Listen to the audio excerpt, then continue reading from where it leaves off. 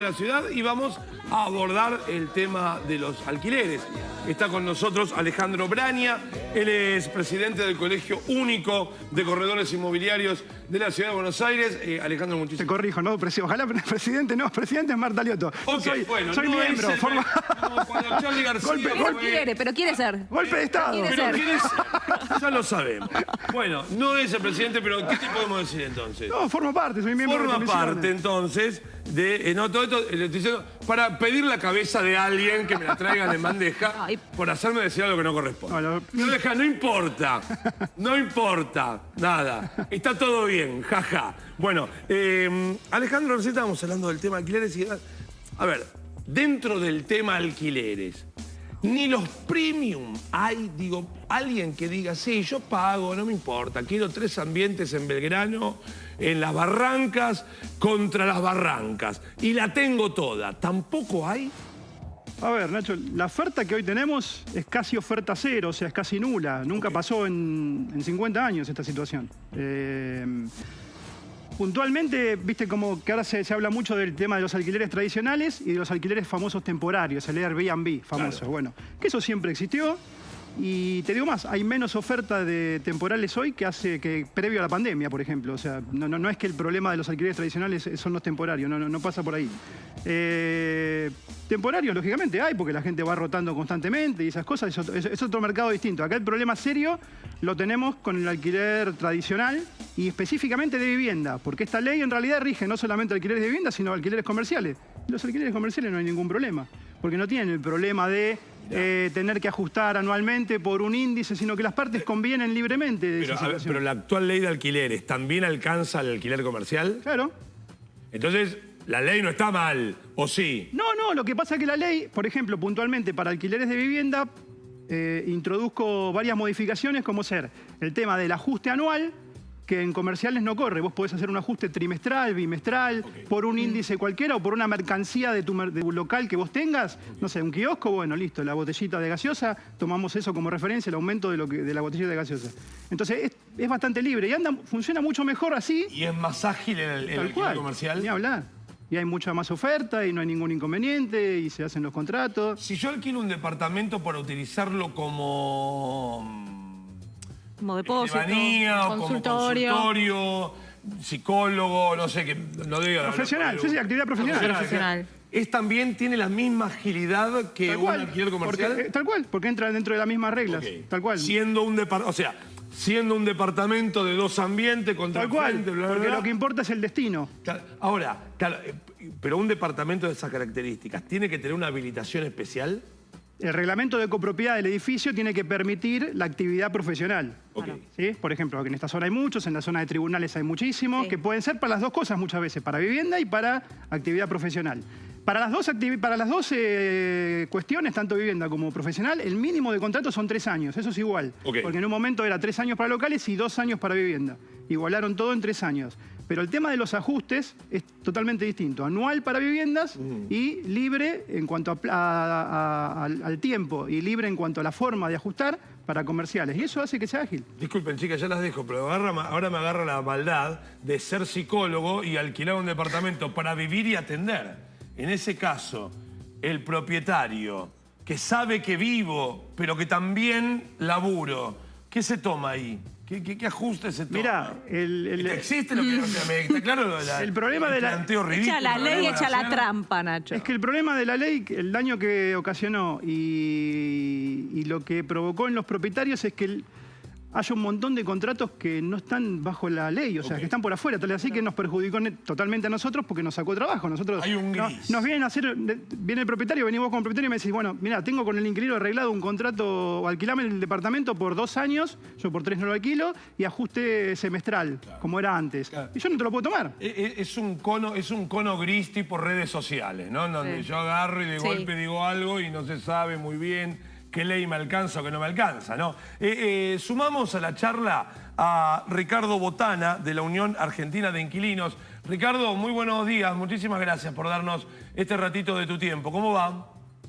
¿Qué tal? Buen día. ¿Cómo estás, Nacho? Buen día a todos. Bien, recién estábamos hablando, no sé si llegaste a agarrar parte de la charla, en donde decíamos qué pasa si un profesional vive en el departamento que alquila, ¿no? ¿Existen casos?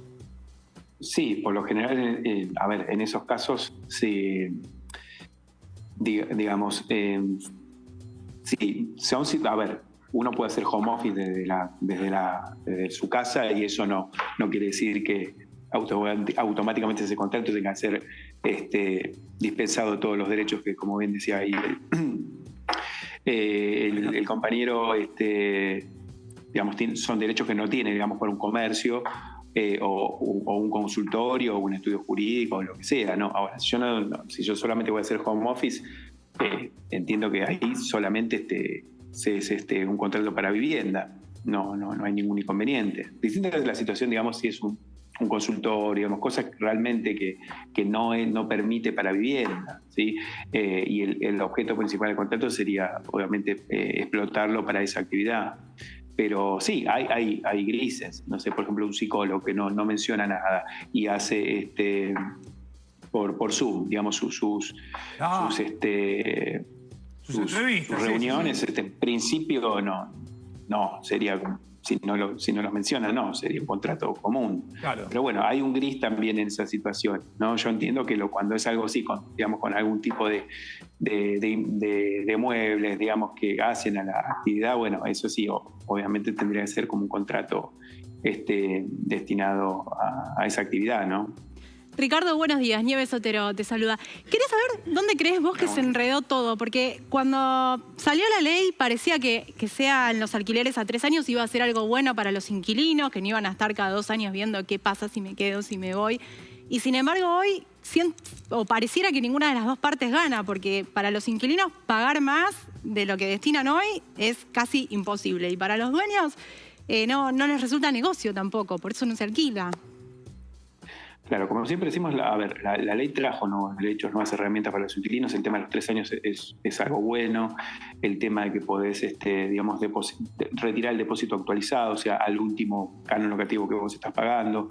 Ahora, si querés rescindir como locatario, si preavisás con 3 meses, no pagas multa. Digamos, esas cosas son buenas. Lo que sí no se tuvo en cuenta que este tipo de ley con este nivel de inflación realmente resultó impracticable. Este famoso índice de contrato de locación que se aplica para los contratos de 3 años anualmente, al inquilino lo está matando. Estamos hablando de un 113%, o sea, de un día para otro. O sea, yo creo que fue una ley pensada para no digamos, pensada para tiempos que no tenés este nivel de inflación, porque realmente eso es lo que hizo inviable todo. Perdón, Ricardo, sí. ¿Para una inflación de cuánto? Cuando hablamos de una inflación razonable, esta ley de alquileres, ¿se refería a una inflación de cuánto? ¿20 anual?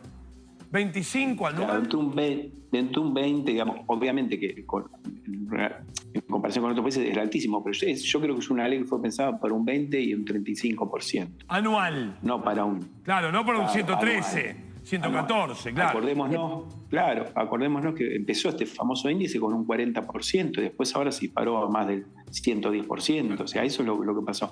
Lamentablemente este coeficiente que mide el RIPTE, que mide el tema de los salarios, la evolución de los salarios, el IPC que mide los precios, esta conjunción que conforma el ICL, obviamente no está pensada para este tipo de inflación. Los salarios van mucho más abajo, mucho más atrás de lo que fue la inflación. Entonces, por eso vemos cada vez que este índice va a seguir aumentando, ¿no? Todo hace creer que va a seguir aumentando. Sí, y Ricardo y Alejandro, bueno, a esto se le suma no solamente este tema, ¿no? La dificultad de los alquileres que veníamos trayendo desde ya hace meses hasta incluso, decíamos, años, ¿no? Ahora, post-paso, se suma también el tema de la devaluación, el dólar blue que sigue subiendo y ya varios de estos alquileres. Bueno, ni que hablar las operaciones inmobiliarias que están totalmente paralizadas, ¿no? Porque siempre fueron en dólares, ahora está arriba de 770 pesos el dólar paralelo. Digo, ¿en este escenario se destraba esta situación?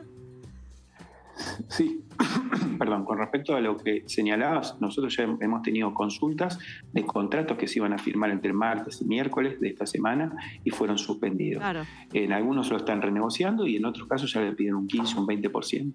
A la gente que ya lo tenía acordado. Entonces ahí, claro, el locador, el propietario vio esto va a incidir realmente en lo que va a ser la inflación y voy a quedar desfasado. Entonces ocurrió que contratos que ya estaban por firmarse, y eso lo hemos visto en estos días que nos han consultado, no se están firmando y se están renegociando. Y hay gente que realmente le ha costado muchísimo comprar un inmueble. Tuvimos un caso que le subieron un 15%, que lo aceptó lamentablemente sin cuestionar. Hacía mucho tiempo estaba buscando un inmueble de ciertas características. Ocurrió esto, bueno, de las PASO el día domingo, y le subieron un 15% y no tuvo opción que aceptar. O sea, el inquilino sigue siendo la parte más débil de esta situación, y muchas veces tiene que soportar este tipo de situaciones por todo lo que está ocurriendo, ¿no? Alejandro, en términos generales, desde donde me quieras marcar, ¿cuántas unidades disponibles para alquiler suele haber en el marco de la Capital Federal? O el mercado, marcamos un promedio histórico que vos digas, bueno, mirá, hubo tantas. Mínimo 10.000, 12.000 y hasta 20.000. ¿Con demanda, superando demanda? La gente elegía. Ok. La gente elegía, salía a buscar y veía 10 departamentos antes de alquilar uno. Ok. Hoy no hay hay barrios que no hay 10 departamentos en alquiler en todo el barrio. Y esos alquileres, perdón, y esas unidades, ¿están vacías y puestas a la venta? ¿Están vacías y el propietario no las mueve? Digo, también la construcción ha sido una de las industrias que más ha dado vuelta la rueda laboral, ¿no? Después veremos si mejor, si peor, pero que más movió. Esas unidades, ¿son todos propietarios que fueron a vivir, que la quieren para alquilar, que no la mueven? ¿Qué pasa? No, en general hay muchísimo en venta. Hoy estás hablando de prácticamente no muy lejos de 100.000 unidades en Capital Federal en venta, en la Ciudad de Buenos Aires solamente. Y después hay mucha gente que alquila a amigos, a familiares, justamente por este tema de que no quiere... Se siente perjudicado por la ley. Hay un alquiler blue. Claro. Hay un alquiler blue. Sí, seguro. Ok. ¿Y hay dueños que prefieran por ahí afrontar los gastos de mantenimiento antes que alquilar por poca plata? El que puede, sí. Esa gente yo veo que en general lo hace porque tuvo una mala experiencia, además, de la ley actual. Entonces le entregaron una propiedad detonada, por así decirlo, destruida, que además capaz que estuvo haciendo un juicio de 3 años, 4 años o 5 años para poder desalojarlo y poder tener el inmueble como está, detonado. Claro. Y hoy no lo puede alquilar porque no está dispuesto a hacer la inversión o porque no puede hacer la inversión para arreglarlo. Y la ley actual no permite alquilar, a llegar a un acuerdo con el inquilino de que, bueno, no me pagás 6 meses y vos lo vas arreglando y te lo voy descontando de alquileres. Eso no está permitido. Y a ver, en relación a esta idea, ¿no?, que se viene planteando del impuesto a las propiedades ociosas o a los propietarios que tienen justamente inmuebles que no los están poniendo en oferta. ¿Ustedes qué opinan? ¿Se podría llegar podría llegar a ser para destrabar esta situación o es seguir sumándole presión a los propietarios? Sinceramente, mi opinión es que empeoraría la situación, no mejoraría en nada. Al contrario, la empeoraría, que siempre se puede estar peor, digo yo. Bueno, creo que la empeoraría. Pero bueno, será cuestión que prueben como probaron con la ley de alquileres.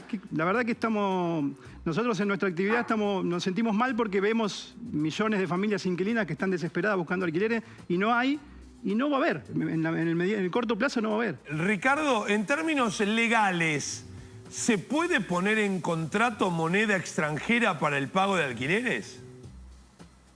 No, la verdad que no. Incluso están publicados en dólares, pero puede ser como un valor referencial, porque ninguno tiene acceso al mercado de moneda extranjera, de los dólares, y menos ahora en esta situación. Hay algunos por una interpretación, digamos, de juego, de artículos que lo permiten, digamos, pero es algo casi doctrinario. En realidad se publican en dólares, es verdad que están publicados en dólares, pero en la realidad, en lo que pasa en la realidad es que ningún inquilino tiene acceso, salvo en barrios premium, no sé, estamos hablando quizás de Nordelta, otras situaciones, pero digamos no es el grueso de lo que ocurre en los grandes centros urbanos del país. Y quería comentar, si se me permite, otra situación que ha complicado muchísimo la oferta, que es justamente estas plataformas de alquileres temporarios o directamente que los propietarios lo alquilan en forma temporaria. Eso ha quitado muchísimos inmuebles del mercado común, del mercado de los 3 años de alquileres en los grandes centros del país. En la ciudad de Buenos Aires se habla de más de 15.000 inmuebles afectados solamente a este tipo de plataformas de alquiler temporario. Pero hay gente que también lo hace en forma particular, menos de 3 meses o 3 meses, que se entiende que son, entre paréntesis, con fines turísticos, ¿no? Claro. Pero, digamos, eso también ha movido muchísimo la aguja y ha quitado muchos inmuebles del mercado común de alquileres, ¿no? Perdón, voy a hacer una pregunta muy Heidi. El reglamento de propietarios debe aceptar que ese departamento es utilizado como Airbnb, como alquiler temporario, debe presentar algún papel. Si yo quisiese alquilarme un Airbnb, ahora, no sé, me voy a Liniers, si quiero un Airbnb, tengo que pedir un papel de, che, decime que el edificio te permite usar la propiedad como Airbnb. Sí, no habría lo vas que a encontrar. registrarlo. ¿Cómo, Ricardo? Que hay que registrarlo en el gobierno de la ciudad para estar en estas plataformas, en teoría, ¿no es cierto? En teoría, claro, en teoría. Claro, la verdad que es muy bajo las personas que se han inscrito, pero sí es verdad que cuando uno se inscribe en el gobierno, en el registro de alquileres temporales del gobierno de la ciudad, hay que presentar el reglamento de copropiedad que permita lo que son los alquileres temporarios, ¿no? A ver, Alejandro, a modo de eureka, pase mágico, ¿qué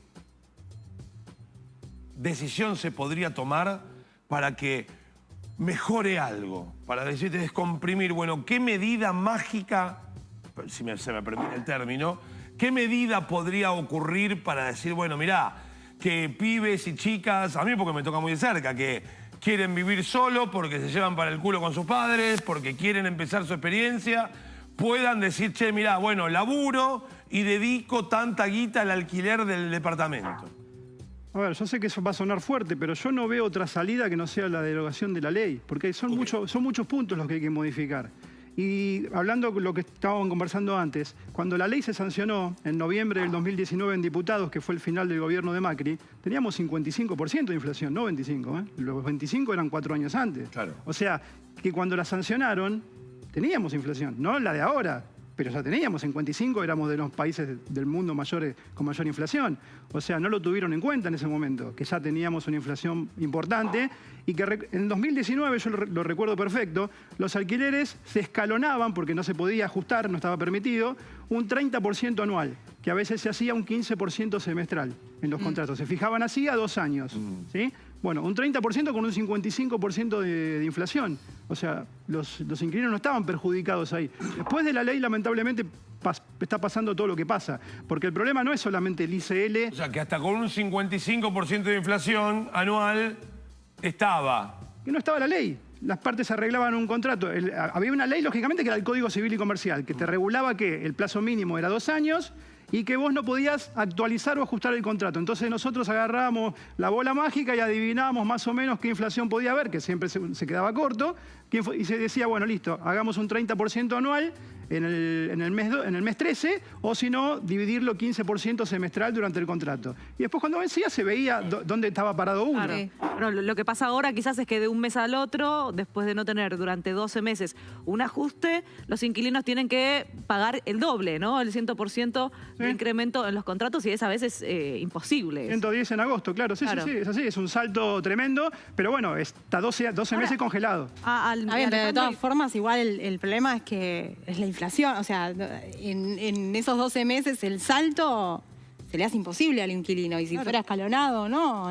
El salto más imposible es salir del contrato. Cuando vos salís del contrato, que ya tenés que alquilar una cosa distinta porque te tenés que mudar porque te quedó chico, o tenés que negociar un nuevo contrato con el mismo lugar que donde estás, el salto te puede llegar al 180% ahí. Claro, porque el precio está actualizado. Porque incluso el gobierno de la ciudad, González Rouco, creo que es el muchacho, el economista que trabaja para el gobierno de la ciudad y para el IBC, hizo un informe, cuando se cumplieron los 3 años de la ley en julio, que los propietarios por este sistema de ajuste anual pierden en 3 años 9 meses de alquiler, por el desfasaje que hay de los valores con la inflación. Y además ante el temor también de quedarse cortos con este primer ajuste al año, también aumentan un 30, un 40%. Ese es el valor inicial. Claro, está calculado una inflación a futuro. ¿Qué pasa cuando ustedes le plantean esto a los políticos, a los diputados, a los senadores, que son los que en definitiva tienen que volver a sentarse, a reunirse, a acordar para modificar esta situación? ¿Cuál es la respuesta del Congreso? Ninguna, ni de este gobierno ni del anterior. Perdón, pero... Sí, Ricardo. Yo lo que veo que por más que tengamos la mejor ley de alquileres, o sea, con estos niveles de inflación, la falta de crédito, algún incentivo fiscal para la construcción de nuevas viviendas, o sea, no va a haber una solución mágica por más que nos pongamos de acuerdo con la ley, derogar la ley, volver a la anterior. O sea, hay que llevar a cabo una política integral de vivienda. O sea, acá se legisló sin discriminar, qué sé yo, quizás al jubilado que tenía que ser monotributista para poder hacer todos los meses la factura. O sea, no se discriminó nada con esta ley, pero igual, insisto, más allá de mejorar la ley, o sea, si no se aborda el tema en forma integral, generando créditos, alguna excesión fiscal para la construcción de viviendas que después sean afectadas a alquileres, si no se activa todo un capítulo entero que hay en la ley de alquiler social, de métodos de resolución alternativa de conflictos, que también hay un capítulo entero en la ley que tampoco se hizo nada, o sea, no va a haber ninguna solución, ¿sí? Yo recuerdo cuando ingresé a la Unión Argentina de Inquilinos hace mucho tiempo, era muy común verlo ya con un nivel de inflación igual alto, ¿no? Pero ahora era muy común, locador y locatario firmaban un contrato, 2 contratos, y después ya no había más contratos.